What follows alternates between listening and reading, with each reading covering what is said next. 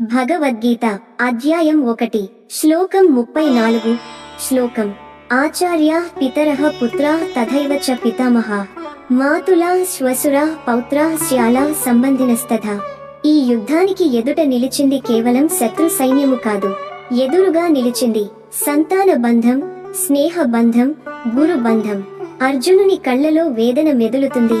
శ్లోక ఉచ్చారణ: ఆచార్యాః పితరః పుత్రాః, గురువులు, తండ్రులు, కుమారులు, తథైవ చ పితామహాః, అలాగే తాతలు, మాతులా శ్వశురా పౌత్రా, మామలు, మామయ్యలు, మనవళ్ళు, శ్యాలా సంబంధినస్తథా, బావమరుదులు, ఇతర బంధువులు కూడా భావార్థం.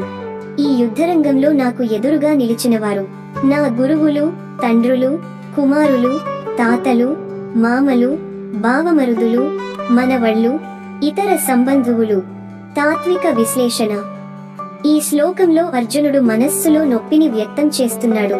వాడు గెలవాలనుకుంటున్నాడు, కానీ తన ప్రియులపై విజయం ఎంతటి బాధను కలిగించగలదో అర్థమై వస్తోంది. అహింసా భావన బంధానికి విలువ, ధర్మపరంగా తారతమ్యం గుర్తించే యత్నం. అర్జునుడు ఈ వాదన ద్వారా ఒక తాత్విక సందేహాన్ని తెరపైకి తెస్తున్నాడు. ధర్మం పేరుతో బంధువులను హత్య చేయడమే ధర్మమా? మన జీవితానికి ఉపదేశం: విజయం కోసం ప్రయాణించేటప్పుడు ఎవరి మీద ఆ విజయం నిర్మితమవుతుందో తెలుసుకోండి. బంధాలపై గౌరవం ఉండకపోతే మనం సాధించేది సున్నం మాత్రమే.